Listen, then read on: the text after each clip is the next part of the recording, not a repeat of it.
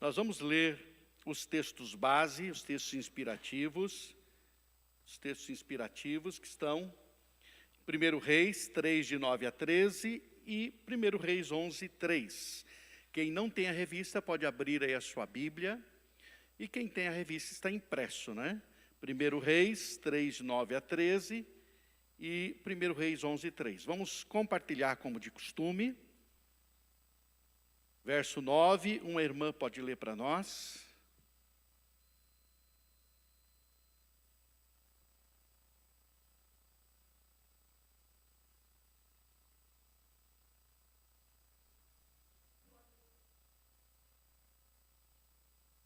Um irmão.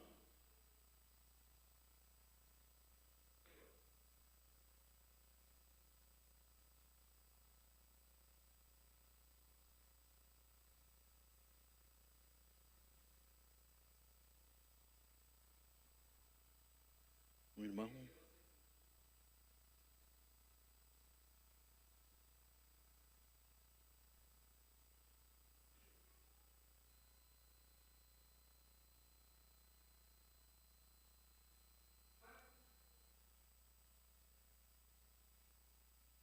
Primeiro Reis 11, 3, um irmão.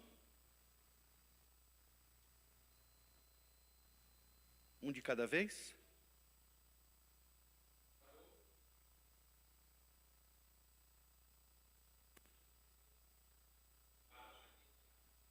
Amém. Vamos recitar juntos nosso texto áureo, 1 Reis 10, 6. Vamos lá, bem forte, recitando juntos. 1, 2 e... Disse ela então ao rei: tudo o que eu ouvi em meu país acerca de tuas realizações, de tua sabedoria, era verdade. 1 Reis 10, 6. Vamos de novo? 1, 2 e...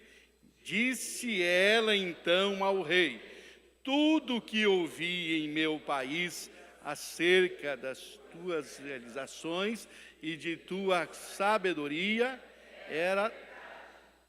1 Reis... Vamos lá de novo, 1 Reis... Vamos lá, 1 Reis... Não, eu quero que vocês repitam comigo. 1 Reis 10, 6. Amém? 1 Reis 10, 6. Disse ela quem? Quem é que está falando aí, irmã? Ela quem? Eu não li o... Disse ela quem? Quem é que está falando aí, irmão? É a revista. Disse ela quem? Quem é que está falando aí? Disse ela quem? Quem é que está falando ali a respeito de Salomão? Disse ela quem? Hã? Disse ela quem? Quem é que está falando ali? Agora vocês viram, né? A rainha de Sabá, é ela que está falando a respeito da grande sabedoria de Salomão, que ela foi provar, ela foi testar a sabedoria de Salomão. Vamos orar ao Senhor pedindo a Ele que seja o nosso professor esta manhã? Amém, irmã Josi? Amém. Oremos.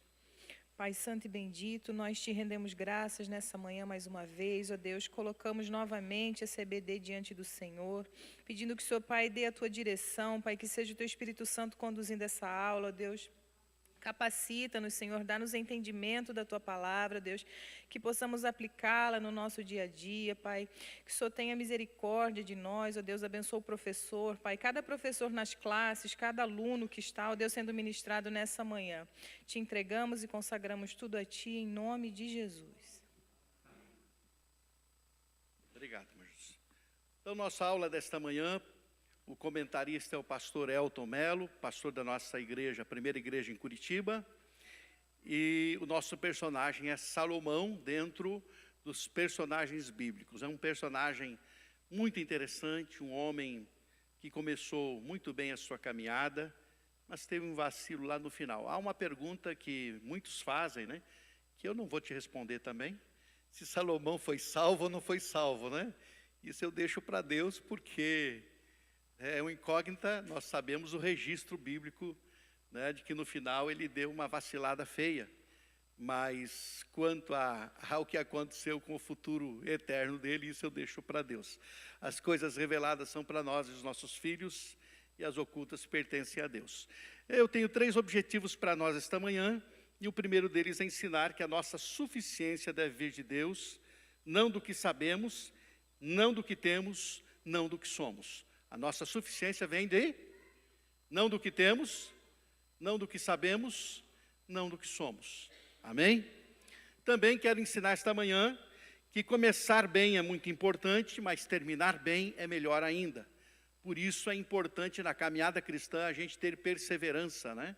Eu costumo sempre dizer para os nossos alunos do nosso curso de catecúmenos, nossa classe de catecúmenos, de novos para o batismo, que a corrida não é uma corrida de 100 metros, é uma maratona, né? Nós entramos numa maratona, então é uma corrida de longa distância, e a gente precisa perseverar, e terminar bem é muito importante. E terceiro objetivo, ensinar a necessidade de buscarmos sempre o equilíbrio em tudo. Na vida nós precisamos de equilíbrio em tudo que fazemos, em todas as áreas da nossa vida. Amém? Dito isso, eu tenho a missão de tentar terminar essa nossa aula às 15 para as 11, para nós termos a nossa assembleia, que vai ser bem rápido, mas eu tenho essa tarefa e vamos tentar, porque a gente tem tanta coisa para conversando, para falando, para vendo, que a gente acaba passando, às vezes, um pouquinho do horário. Então, você tem liberdade de perguntar, de estar participando da aula, porque a EBD tem esse diferencial. Você pode perguntar e participar da aula, amém? Então, participe mesmo. Muito bem. Salomão, gente, um personagem especial, porque desde o seu nascimento, Deus já o havia escolhido para ser sucessor do seu pai, né? Davi. O seu nome Salomão significa pacífico, porque vem de Shalom. Por isso que Salomão, de Shalom, né? Então, a origem da palavra está na paz, Shalom, paz. Então, Salomão significa pacífico. Nasceu após a morte do filho que Davi teve no seu adultério com Batseba. E é interessante que Davi o colocou nas mãos de Natã para ser cuidado por Natã. Segundo Samuel, capítulo 12, verso 24 e 25, você pode anotar e ler depois em casa, nós temos vários textos para ler que vocês vão me ajudar, mas esse eu quero ler para você. Então, Davi veio a Batseba, logo depois da morte do filho do adultério, consolou-a e se deitou com ela. Teve ela um filho, a quem Davi deu o nome de Salomão, e o Senhor o amou. Davi o entregou nas mãos do profeta Natã, e este lhe chamou Gedidias, por amor do Senhor. Gedidias foi o nome que Natã lhe deu, que significa o amado do Senhor. Então, Salomão, também Gedidias, o amado do Senhor. Muito bem. É interessante que Davi fez uma coisa que ele pensou que preservaria o seu filho. Eu acho que as experiências dele não estavam sendo muito boas. Entregou para o profeta Natã instruir, né? Isso aqui eu vou deixar na mão do profeta para ver se sai coisa melhor aí, né? E, de fato, Deus se agradou de Salomão desde o princípio. Ele castigou Davi, né, recolhendo, né, matando o seu filho, Batseba, que foi fruto do seu erro, mas lhe deu um outro filho, e esse outro filho foi muito amado pelo Senhor. Muito bem. Davi teve filhos em Hebrom. Gente, preste atenção nisso. Quando lê a Bíblia, preste atenção nos detalhes. Davi foi rei sobre Israel por 40 anos. Só que durante 7 anos ele foi rei apenas sobre Judá, porque a casa de Saul ainda prevalecia, o seu filho Isbosete governava, então o Davi ainda não era rei sobre todo Israel. E lá em Hebrom, ele teve 3 esposas e lhe nasceram filhos. Está lá em 1 Crônicas 3,5. Alguém leia rapidinho para nós. 1 Crônicas 3,5. Abre rapidinho. Quem abrir rapidinho, levanta a mão e fala aí para mim. Então, meu querido irmão, em Hebrom, o Davi reinou 7 anos apenas sobre Judá. O reino ainda não estava unificado, porque uma parte seguia Davi e a parte maior seguia ao filho de Saul, que era o herdeiro natural do trono após a morte do seu pai. Então, por essa razão, né, nós vamos encontrar o Davi tendo filhos em Hebrom, e depois, quando ele vai para Jerusalém, ele tem mais filhos, mais esposas e mais filhos lá em Jerusalém. O Salomão nasceu em Jerusalém. Achou? Achou? Só o 5 ou desde 1? Onde nasceram Simeia, Sobabe, Natã e Salomão. Esses 4 foram filhos de Batseba, filho de Amiel. Está mostrando para nós que com Batseba, o Davi teve 4 filhos. 3:5 aí mostra isso. 1 Crônicas 3:5, então não foi só o Salomão, filho de Batseba. Com Batseba ele teve 4 filhos com Batseba, tá? Então, enquanto ele governava em Hebrom, ele teve filhos. Depois, lá em Jerusalém, ele teve mais. Entre estes, teve 4 filhos com a Batseba. Na ordem de idade para a sucessão, seria Amnon, que foi morto por Absalão, Absalão, que foi morto pelo comandante general Joabe, e Adonias. Por essa razão, o Adonias se julgou no direito de reivindicar o trono após a morte do Davi. Porém, Deus havia escolhido Salomão. Então, por isso que o Adonias vai dizer para o profeta, vai dizer para o próprio... para o profeta Natan, você sabe que, para Batseba, você sabe que o reino era para ser meu. Por que ele diz isso? Porque na ordem, né, de herdeiros seria a vez dele. Porém, Deus havia escolhido Salomão para ser o rei, e Davi havia prometido também para Batseba que o rei seria Salomão também. Certo, gente?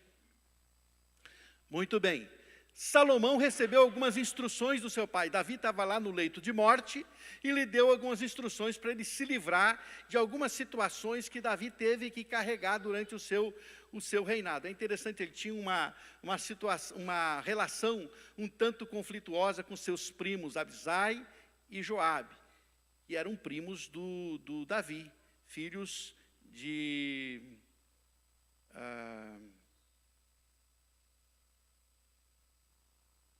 como é que é o nome da irmã dele? Agora me sumiu, mas depois eu lembro e falo para vocês. Mas o Joabe e o Abisai, eles gostavam do Davi, eles protegiam o Davi, só que eles protegiam demais. Eles queriam, às vezes, tomar decisões por Davi.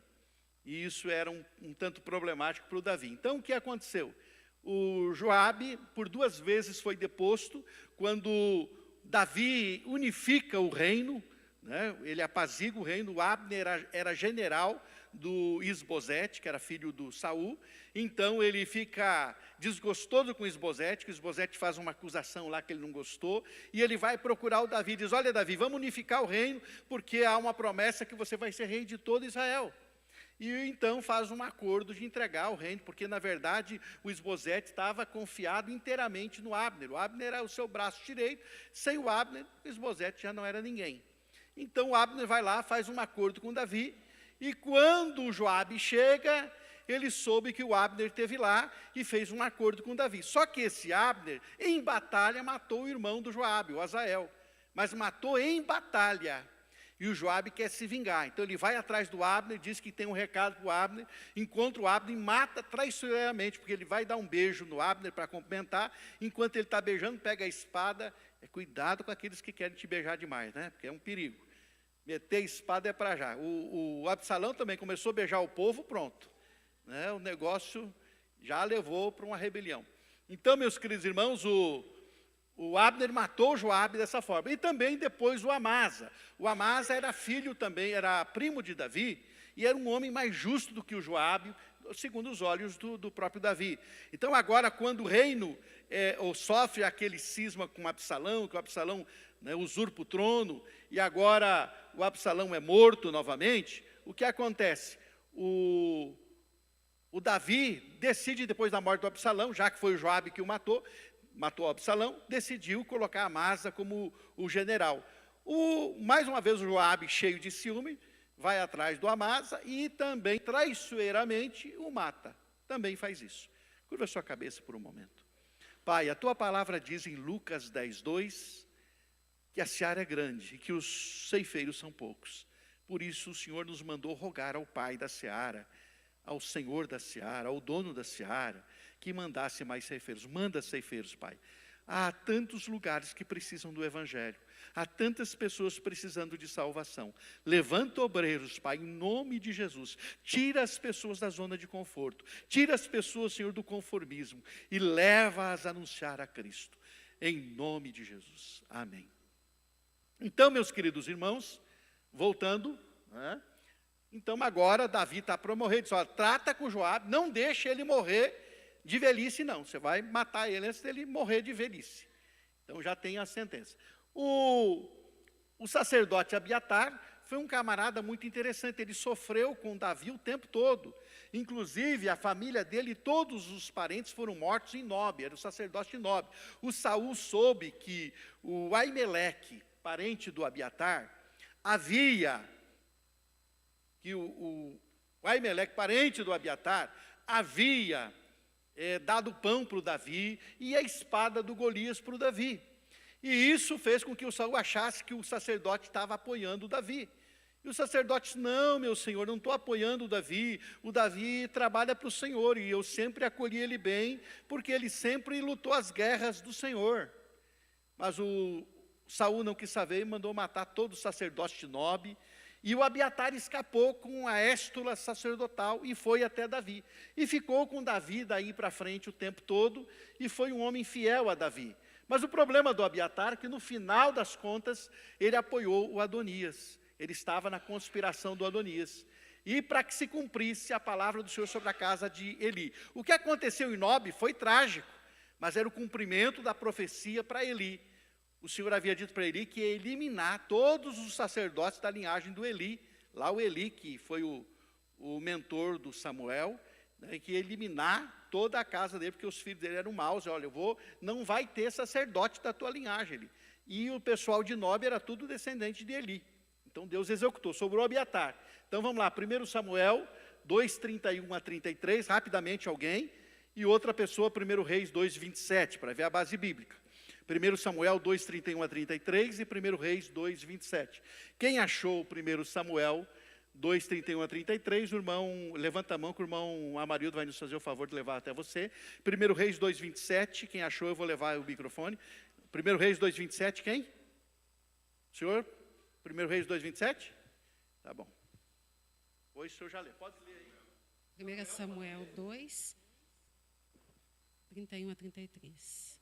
Eis que vem dias em que cortarei o teu braço e o braço da casa de teu pai, para que não haja mais velho nenhum em tua casa. E verás o aperto da morada de Deus há um tempo com o bem que fará a Israel, e jamais haverá velho em tua casa. O homem, porém, da tua linhagem, a quem eu não afastar do meu altar, será para te consumir os olhos e para te entristecer a alma. E todos os descendentes da sua casa morrerão na flor da idade.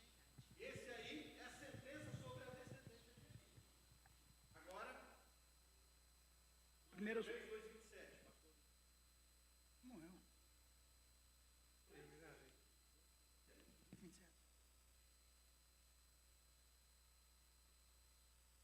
Lançou, pois, Salomão fora Abiatar, para que não fosse sacerdote do Senhor, para cumprir a palavra do Senhor, que tinha dito sobre a casa de Eli em Siló. Só restava o Abiatar. O Abiatar não havia sido morto lá em Nob, mas agora, então, se cumpre cabalmente a palavra profética, e o Abiatar é desligado, porque ele conspirou com o Adonias, para que o Adonias fosse rei no lugar de Davi. E o Simei, esse personagem também muito interessante, é o camarada que quando Davi está fugindo de Absalão, vai amaldiçoar o Davi. Ele é descendente de Benjamim, ele é da tribo de Benjamim, e ele começa a amaldiçoar o Davi, viu só, você se levantou contra Saul, agora, Davi nunca se levantou contra Saul, mas o Simei disse isso. Mas agora, Deus levantou teu filho contra você, seu maldito. Aí o Abisai, o primo do Davi, disse, vamos matar esse camarada sem noção. E o Davi disse, não, deixa, se Deus mandou ele amaldiçoar, deixa amaldiçoar.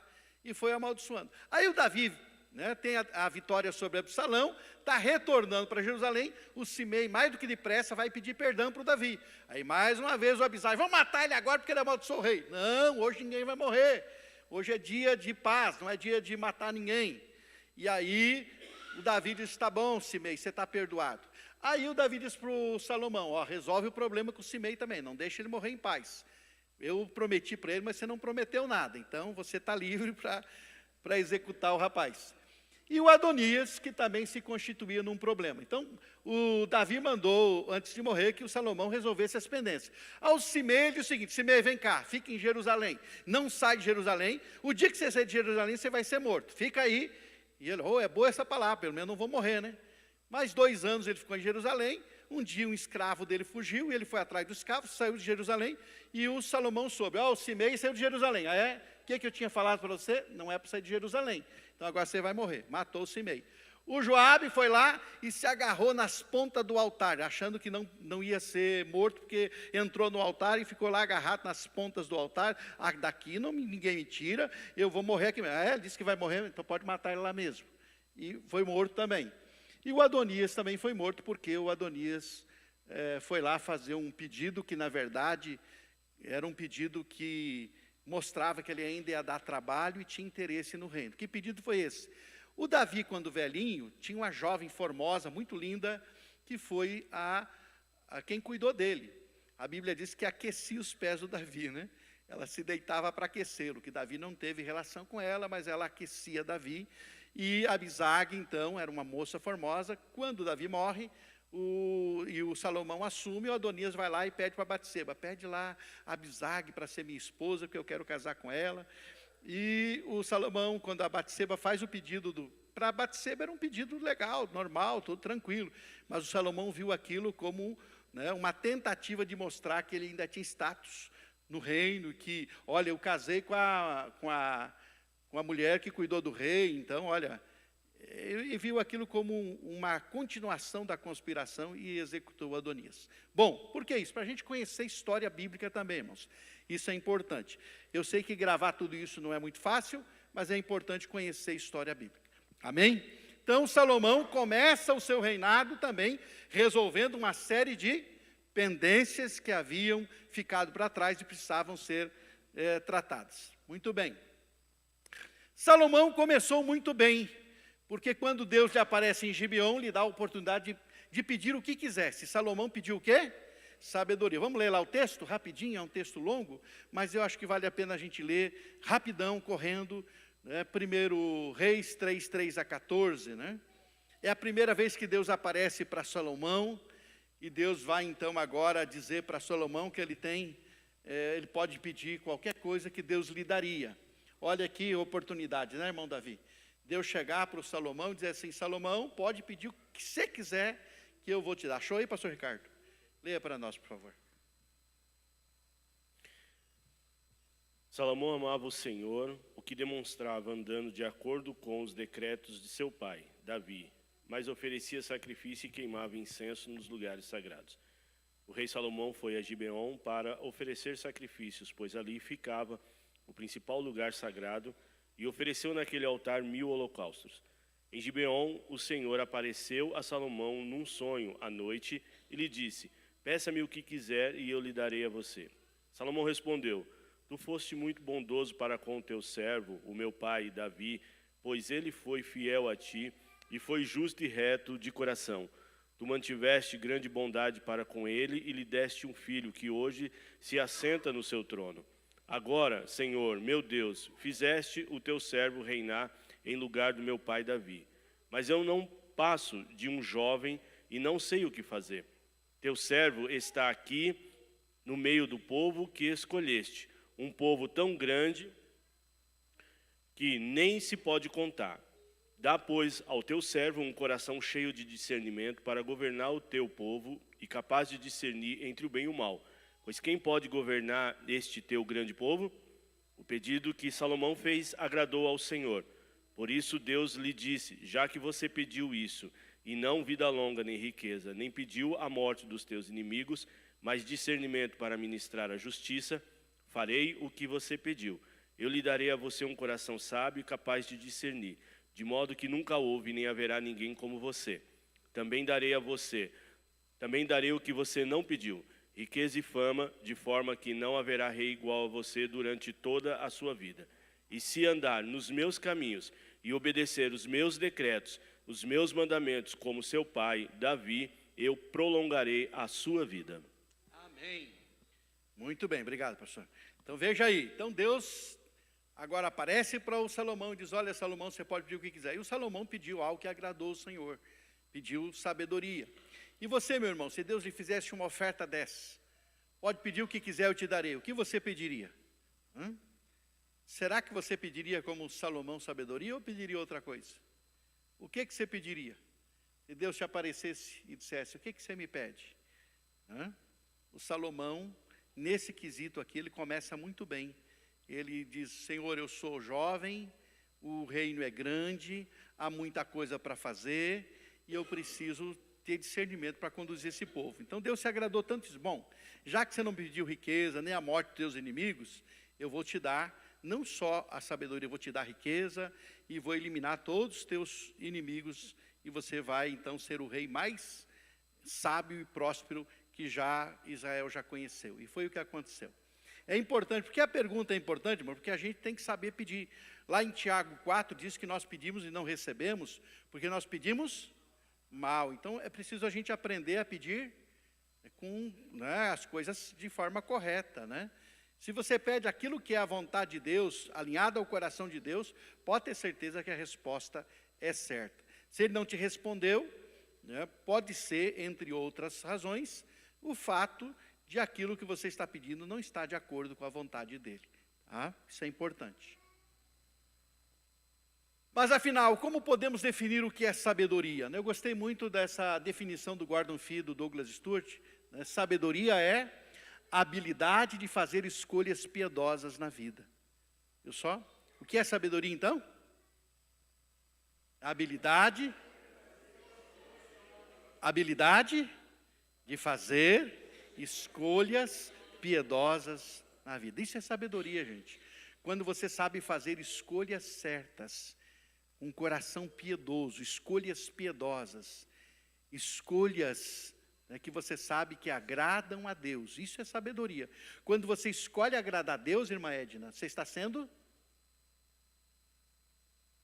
Você escolhe agradar a Deus, você está sendo o quê?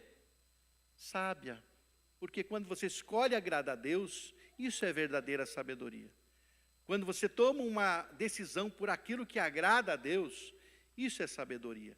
Fazer escolhas piedosas na vida, essa é a sabedoria.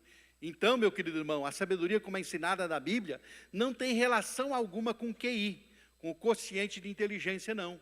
Não é uma questão de inteligência, de perspicácia, capacidade de expressão, mas é uma questão de orientação voltada a Deus, de onde vem a capacidade de agradar a Ele, o nosso Pai Celestial.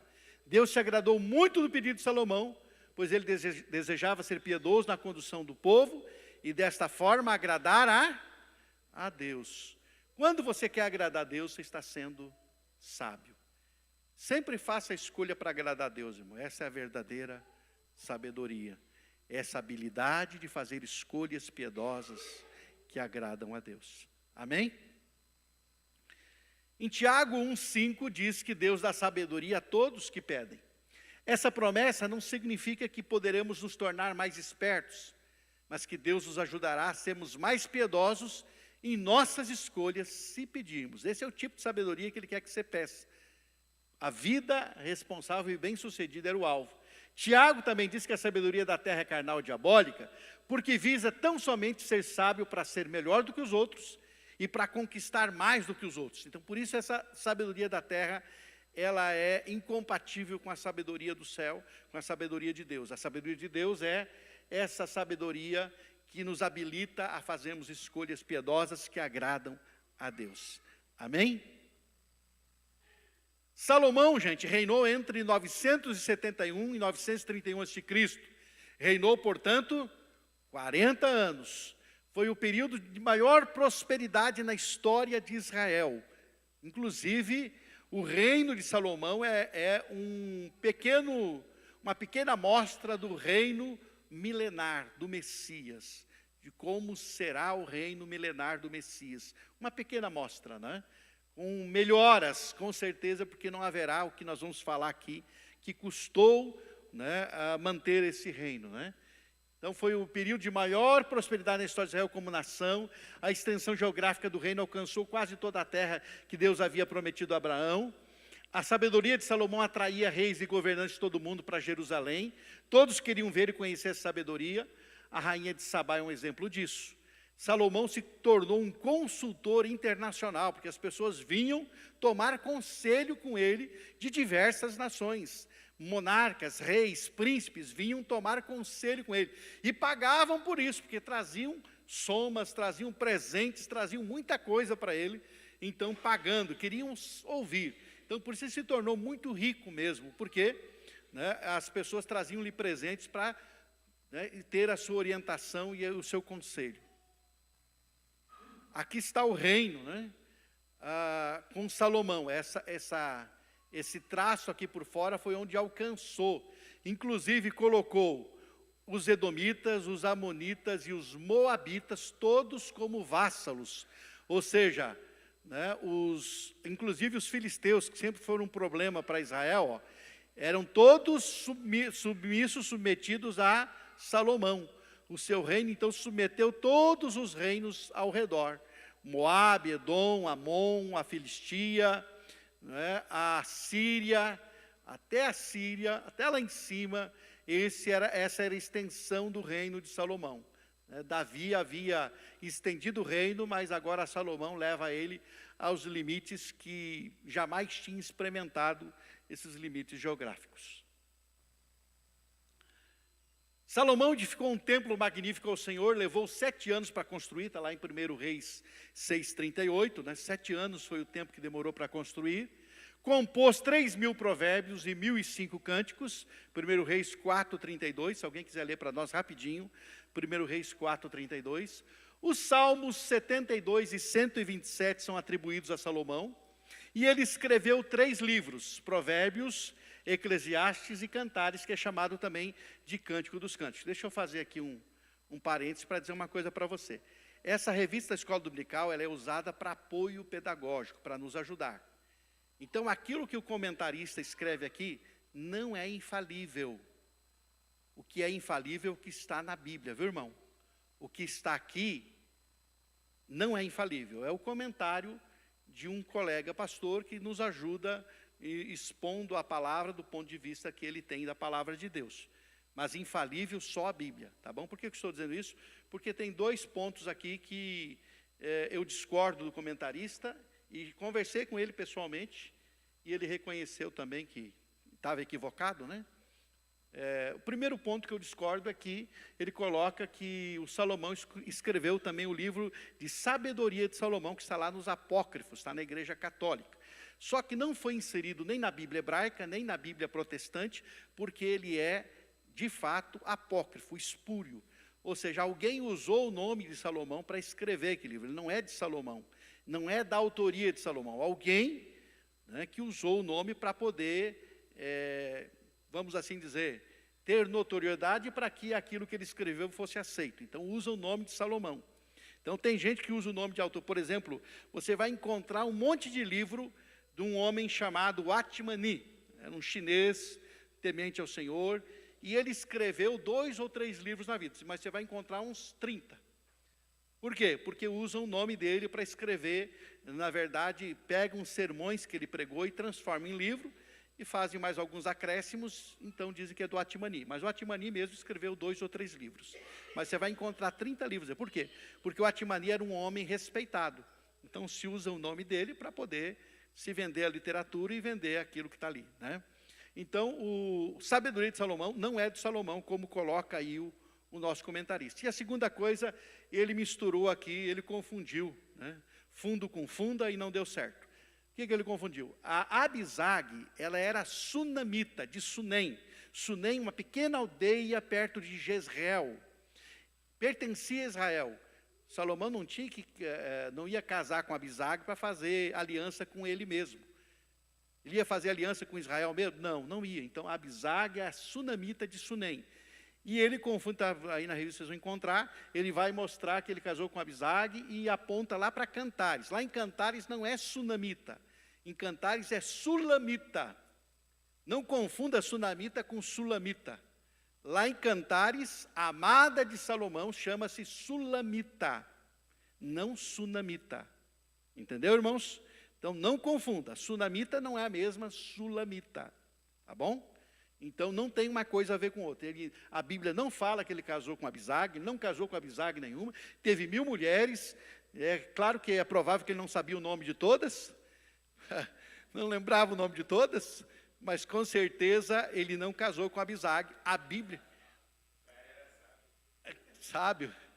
Nós vamos ver se é sábio isso. Então, gente... né? Então, gente, veja só. Quem achou 1 Reis 4:32? Pode ler para nós. 1 Reis 4:32.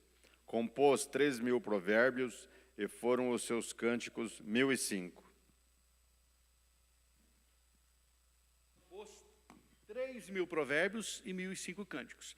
O livro de Provérbios tem, os últimos capítulos não foram escritos por Salomão. Tem lá do Lemuel e do Agur também provérbios desses homens, tá?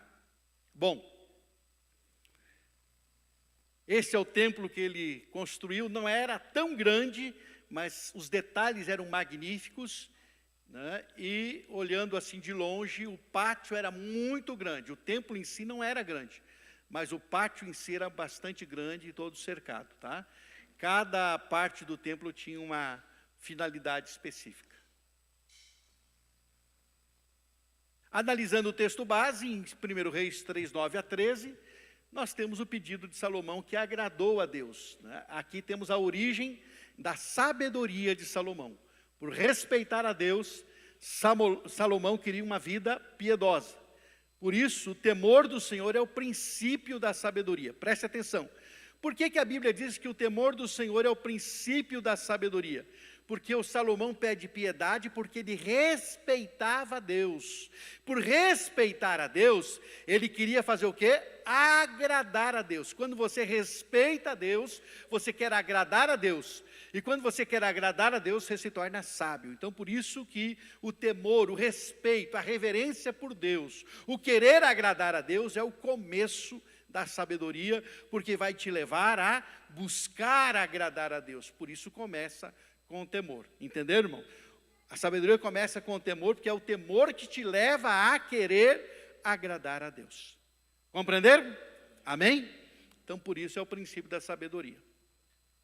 Em 1 Reis 11:3, temos a causa da queda. Uma das causas de Salomão ter terminado mal a sua jornada foi ele ter, né, aí um harém com 1000 mulheres, e isso foi um problema sério para a vida dele.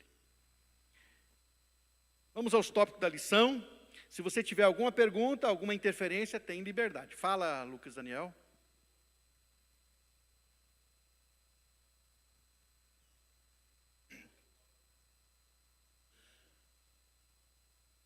Apócrifo.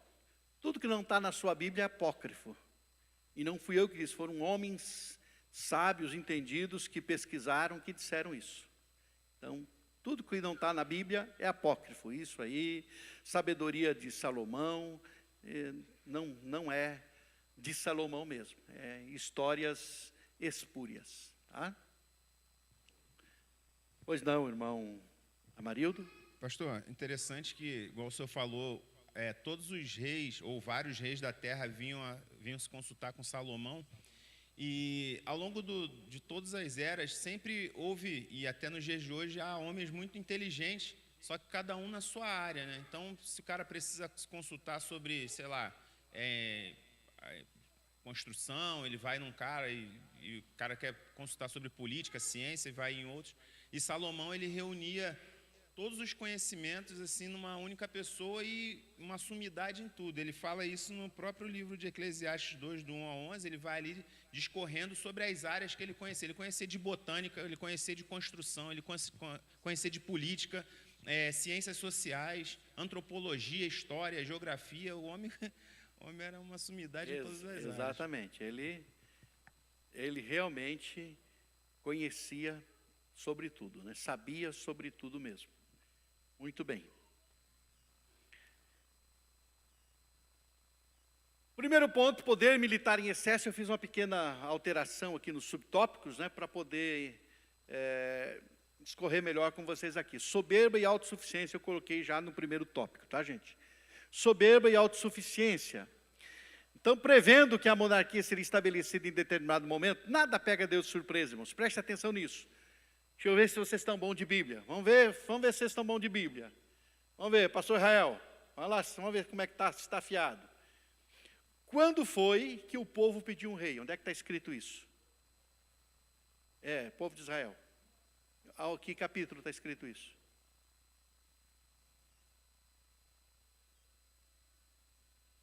Vai lá, presbítero José Carlos. Vamos lá. Quando é que foi que o povo pediu um rei? Onde é que está escrito isso? Vai lá, os universitários aí, pastor Ricardo. Quando é que o povo pediu um rei? 1 Samuel capítulo 8. Quando o povo pede o rei. Samuel foi o último juiz, então ele faz a transição. Então, 1 Samuel capítulo 8, o povo pede um rei. Mas perceba que lá em Deuteronômio, quem é que está escrevendo Deuteronômio, Elisamar? Quem escreveu Deuteronômio, Elisamar? Minha irmã, vamos saber. Vai lá, Grace. Quem escreveu? Moisés escreveu. Quem é que está escrevendo ali, então? Quem é que está escrevendo Deuteronômio? Moisés. E Moisés viveu quanto tempo antes de Salomão?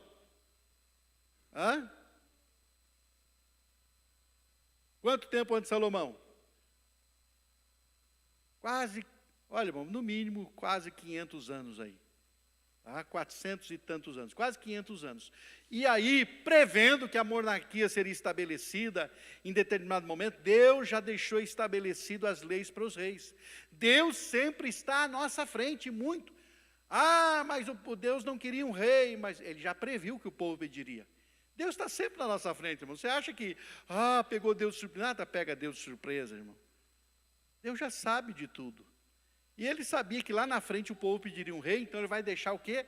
As regras, os princípios do reino. Em Deuteronômio 17, 14 a 20. Quem é que abriu aí já? Quem que já abriu o Deuteronômio? Rapidamente? Então pode ler. Quando entrares na terra que te dá o Senhor teu Deus, e a possuíres e nela habitares, e disseres, estabelecerei sobre mim um rei, como todas as nações que se acham em redor de mim. Estabelecerás com efeito sobre ti, como rei, aquele que o Senhor teu Deus escolher. Homem estranho que não seja dentre teus irmãos, não estabelecerá sobre ti, e sim um dentre eles. Porém, este não multiplicará para si cavalos, nem fará voltar o povo ao Egito para multiplicar cavalos, pois o Senhor vos disse, nunca mais voltareis por este caminho. Tampouco para si multiplicará mulheres, para que o seu coração não se desvie, nem multiplicará muito para si prata e ouro. Também, quando se assentar no trono do seu reino, escreverá para si um translado desta lei num livro, do que está diante dos levitas sacerdotes. E o terá consigo, e nele lerá todos os dias da sua vida, para que aprenda a temer o Senhor, seu Deus, a fim de guardar todas as palavras desta lei, e estes estatutos para os cumprir. Isto fará para que o seu coração não se eleve sobre os seus irmãos, e não se aparte do mandamento, nem para a direita, nem para a esquerda, de sorte que prolongue os dias no seu reino, ele e seus filhos no meio de Israel. Olha aí, então, já os princípios para o rei. Então, Salomão acabou quebrando todos os princípios que Deus havia estabelecido. Não porque não quisesse a prosperidade do rei e do reino, mas por saber que tudo que é em excesso faz mal, Deus já estabeleceu isso. Deus sabendo, tudo que é em excesso faz mal, irmão. E Deus, conhecedor disso, estabelece limites e critérios. Isso é importante, tá? Por isso, Agur, escritor do capítulo 30 de Provérbios, expressa um desejo. Ele diz assim, do capítulo 30, versos 7 a 9, 2 coisas te peço, não mas negue, antes que eu morra, afasta de mim a falsidade e a mentira, não me des nem a pobreza nem a riqueza, dá-me o pão que me for necessário, para não suceder que estando eu farto te negue e diga, quem é o Senhor? Ou que empobrecido venha furtar e profane o nome de Deus. O que ele está dizendo? Senhor, eu quero equilíbrio, porque se eu tiver demais, eu vou esquecer do Senhor e vou acabar achando que eu sou o cara. E não deixe eu ter de menos para eu não roubar e profanar o teu nome também. Eu quero equilíbrio, me dá o suficiente para viver. Isso é verdadeira sabedoria, gente. Equilíbrio na vida. E o próprio Salomão vai dizer em Eclesiastes 7,16: não sejas demasiadamente justo, nem exageradamente sábio, porque te destruiria a ti mesmo, porque ele se destruiu, né? Então, por isso ele está dizendo, por que te destruirias a ti mesmo? Se você for justo demais, irmão, você se torna legalista e começa a procurar pelo em ovo. Tem gente procurando pelo em ovo, porque é justo demais, é rigoroso demais. Tem que ser assim. Não é bem assim. A misericórdia triunfa no juízo sempre. E, sábio demais, você se torna arrogante. Você acha que não precisa de ninguém, porque já sabe tudo. Quem sabe tudo, né, irmão Milton? Não precisa vir para a escola dominical. Quem sabe tudo, não precisa buscar conselho com ninguém. Quem sabe tudo, né, Luciano? Eu sei tudo, por que eu vou buscar conselho com quem, para quê? Se eu já sei. Você está entendendo por que não é bom ser sábio demais? Porque o sábio demais acha que já sabe tudo. Então, por isso que o equilíbrio é essencial e é receita para o sucesso, gente. Ser equilibrado é muito importante. Aprenda isso. Amém? Muito bem. Davi já havia derrotado todos os inimigos de Israel. Então, o Salomão, ele assumiu um reino pacificado, gente. Por isso, Davi não pôde construir o templo, porque Deus disse: você é um homem de guerra, você derramou muito sangue. Agora o Salomão vai ser um homem pacífico, como diz o nome dele, e ele então vai construir o templo. Então não haveria necessidade de carros e cavalos de guerra em excesso, como teve Salomão. Isso se chama o quê? Ostentação, gente. Até porque o rei deveria depender do Senhor e não da sua força bélica. Dependência de Deus. Autossuficiência é independência de Deus. Dependência de Deus é necessário sempre, queridos. É muito importante. Deus sempre foi o general de guerra do seu povo. Nenhuma vitória no campo militar advém de estratégia, capacidade bélica ou o tamanho do exército. Deus, com um exército de meia dúzia, derrotava milhares. Por quê? Com 300 do Gideão, foi mais de 100 mil derrotados. Porque é Deus. E ele queria que seu povo dependesse dele. Por isso que o rei não deveria observar as regras de Deuteronômio 17, 14 a 20. Por quê? Porque ali está dizendo que ele não deveria acumular para ser autossuficiente. Os 5 pontinhos importantes lá de Deuteronômio. Não deveria se tornar orgulhoso sem encher de vaidade. Não deveria acumular muitas mulheres, porque poderia levá-la a desviar-se do caminho do Senhor. Não deveria acumular ouro e prata. Deveria copiar a lei do Senhor e ter um exemplar consigo, ler a Bíblia todo dia. Deveria ler a lei, para que aprendesse a temer o Senhor e os seus caminhos. E aqui a pergunta que o comentarista faz, que eu acho muito oportuna: será que quando tínhamos menos recursos, não éramos também mais aplicados nas coisas do Senhor? Será que as melhores condições de vida de hoje não nos têm impedido de depender mais de Deus? Eu sempre digo, quando você não tinha recurso, não tinha plano de saúde, não tinha médico assim à disposição, embora o nosso SUS não seja uma maravilha, mas ainda é. Em outros estados, outros governos não têm, outros países não têm, nós temos o SUS, Então, antigamente eu lembro que você ficava doente, era a base da fé e da oração. Vamos orar para curar. Vamos orar, porque não tem dinheiro para ir no médico, não tem médico na cidade também. O que vai fazer? Vamos exercitar a fé. Era isso que acontecia com muita frequência.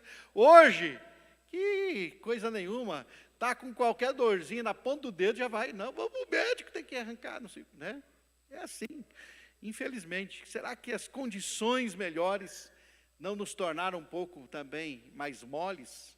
Uma geração de crente mais molenga? Você andava a pé, quantos quilômetros para vir à igreja? Hoje, para vir de carro, 1 quilômetro já não quer. Fica fazendo beicinho, eu já fui de manhã na escola, não precisa de noite no culto, não precisa disso, não. Morava longe da igreja, ia 3 vezes por dia na igreja. Vou lá buscar o Senhor. Daí melhorou um pouquinho a condição de vida. Aí se folga, se torna molengo, irmão Imanor? Uns crentes mole daí, Vamos lá, irmãos. Eu tenho poucos minutos aqui. Ponto 2, as mulheres e sua influência sobre o coração de Salomão, desejo dos olhos e desejo da carne. Salomão teve 700 mulheres e 300 concubinas, 1 Reis 11:3. É certo que com muitas dessas mulheres ele casou para firmar acordos internacionais por meio do casamento. Um exemplo foi a filha de Faraó. Mas todas, não. É claro que não, porque concubina não dá status nenhum. E ele tinha 300. Ele vai fazer aliança com quem, casando com concubina? Hã? Eu vou arrumar a concubina para fazer aliança. Aliança com quem? Está entendendo? Então, meu querido irmão, era aquilo que a Bíblia chama de concupiscência dos olhos e concupiscência da carne. O próprio Salomão afirma que não se furtou de experimentar tudo que seus olhos pediam. Concupiscência dos olhos. Leia lá para nós, Eclesiastes 2,10. Alguém, rapidinho. Eclesiastes 2,10. O próprio Salomão está dizendo aqui que a concupiscência dos olhos estava dominando a sua vida, porque ele disse que ele não se furtou de dar nada que os seus olhos pediam. Ele viu uma mulher bonita, vem para o meu harém. Era assim que ele fazia. Tudo quanto desejaram os meus olhos, não lhes neguei, nem privei o coração de alegria alguma, pois eu me alegrava com todas as minhas fadigas, e isso era a recompensa de todas elas. Leia de novo, irmão, a primeira parte, principalmente. Ó. Tudo quanto desejaram os meus olhos, não lhes neguei, Olha aí. nem privei o coração de alegria alguma, pois eu me alegrava com todas as minhas fadigas, e isso era a recompensa de todas elas. Tudo que desejou os meus olhos, isso é desejo dos olhos. Por isso ele escreve Eclesiastes, para no final de Eclesiastes dizer que tudo é vaidade, que é uma perda de tempo, que ele descobriu isso, experimentando tudo na vida. Né? E por isso que o princípio de tudo é o temor a Deus.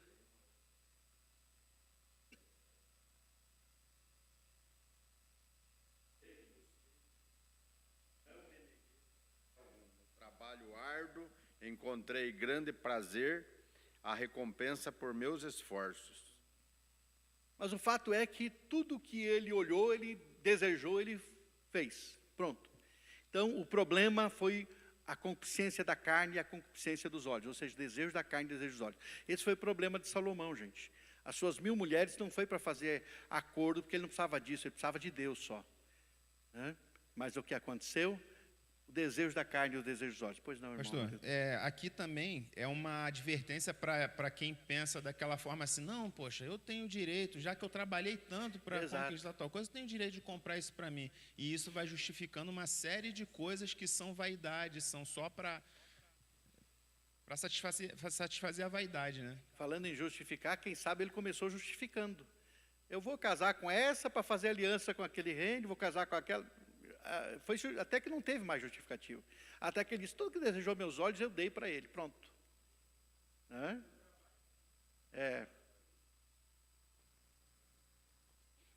Quem é casado aí? Você dá conta de administrar muito mal os conflitos de sua família. Tendo uma esposa, imagine tendo 1000. Agora coloca quantos filhos tem aí, nessas 1000 mulheres aí. Se ele teve um filho com cada, já são 1000 filhos. E eu vou dizer uma coisa para vocês, não é nem que a mulher, a própria concubina ou a mulher lá, eu vou ter um filho com Salomão porque eu tenho um sonho de ter um filho. Não, era mais para se garantir mesmo. Se eu tiver um filho de Salomão, pelo menos tem uma pensãozinha vitalícia, né? Fala, irmão Davi. Pois a Bíblia... Não, a Bíblia fala uma lista que ele teve em Hebron. Não fala. Que fala dos filhos de Davi. Não fala quantos filhos ele teve. Tá? Agora, irmãos, se você... É fácil administrar sua esposa e seus filhos, irmão? Não é muito fácil. Não. Agora com 1000, como é que seria o negócio? Está entendendo? O camarada não dá conta de administrar uma.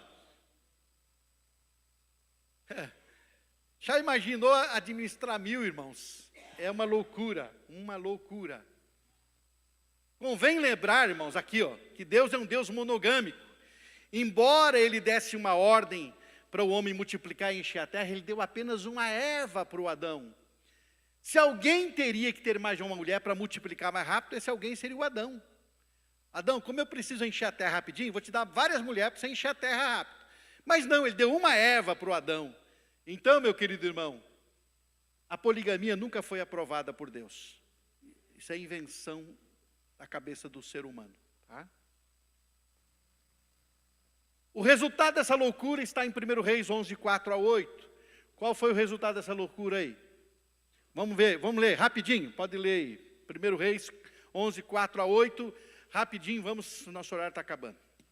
Sendo já velho, suas mulheres lhe perverteram o coração para seguir outros deuses, e o seu coração não era de todo fiel para com o Senhor seu Deus, como fora o de Davi, seu pai. Salomão reagiu a Astarote, deusa dos Sidônios, e a Midcom, abominação dos Amonitas. Assim fez Salomão o que era mal perante o Senhor, e não preservou em seguir ao Senhor, como Davi, seu pai.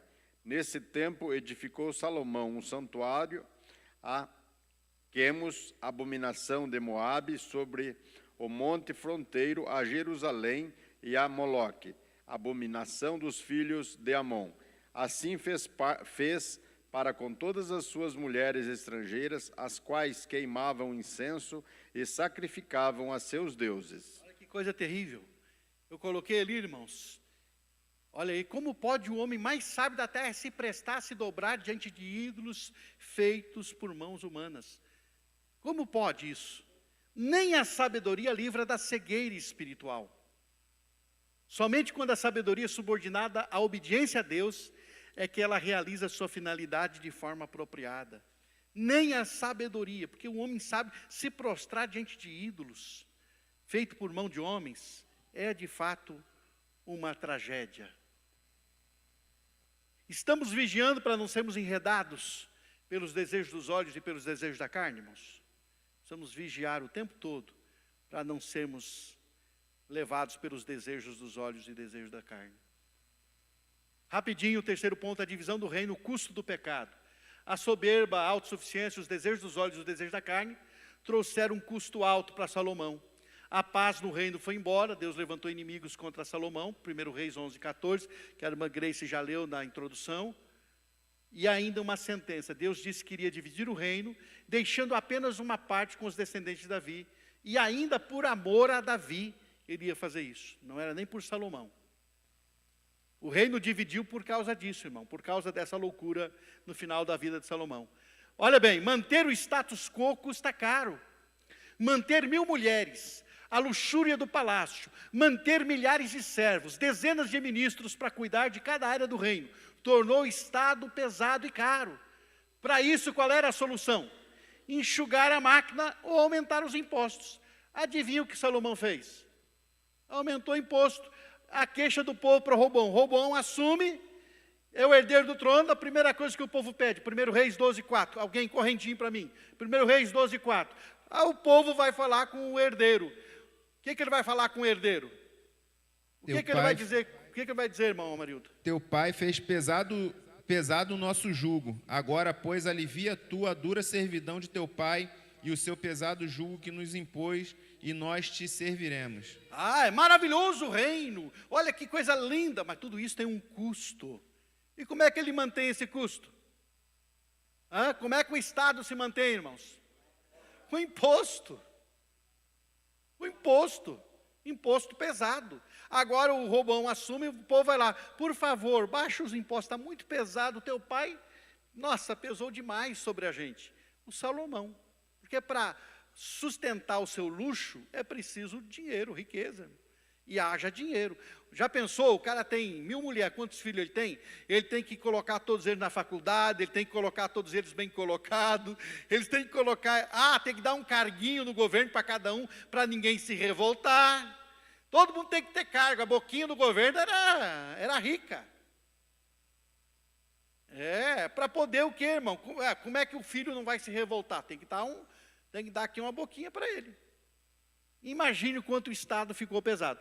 Então Roboão não atendeu o pedido, o reino foi dividido e nunca mais se reunificou. Então aqui está o reino dividido. Agora Israel ficou sendo governado por Jeroboão, que se rebelou, e o reino de Judá com 2 tribos, Judá e Benjamim, ficou aqui. Agora o reino dividido. A partir daqui de Roboão, nunca mais o reino se unificou. A partir daí na Bíblia você vai ler, rei de Israel, rei de Judá, reino de Israel e reino de Judá. Consequência disso. Precisamos manter uma vida simples e dependente de Deus o tempo todo. Amém, irmãos? Simplicidade e dependência. Simplicidade e Dependência de Deus, simplicidade e dependência de Deus. Alguma pergunta? Alguma participação? Tudo bem? Então vamos para os finalmente. Pois não, irmã Marta? Eu creio que ele já escreveu no final da vida dele. Ele escreveu, porque já tem o resumo de tudo. Ele vai dizer que é correr atrás do vento, que tudo ele experimentou e é tudo vaidade, tudo é vento. Eu acredito que sim. Eu não vou dizer para a senhora como é que foi, como é que não foi, mas eu acredito que ele, fazendo um balanço da vida dele, ele viu que fez muita besteira. Né? Pois não.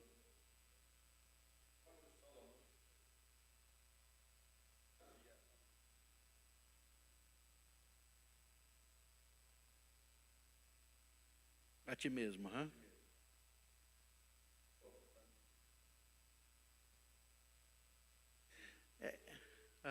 É que tem gente, irmão, que quer ser justo demais, até no centavinho, porque quer, sabe, quer ser mais do que os outros até. Não é que não é para você ser, tem que ser justo. A Bíblia diz que tem que ser. Mas tem gente que vira legalista. Aí qualquer coisinha que o outro faz, ele já critica o outro, porque ele quer ser melhor do que o outro, ele é mais justo do que os outros. Você viu que o fulano, como é que ele falou ali? Não está certo isso que ele falou. Então em tudo na vida, né? Então a gente tem que ter cuidado, né? Às vezes, até na questão, né, da forma da gente olhar para os outros e julgar os outros. Porque eu tenho que lembrar sempre que eu também sou pecador e falho, eu não posso ficar julgando os outros.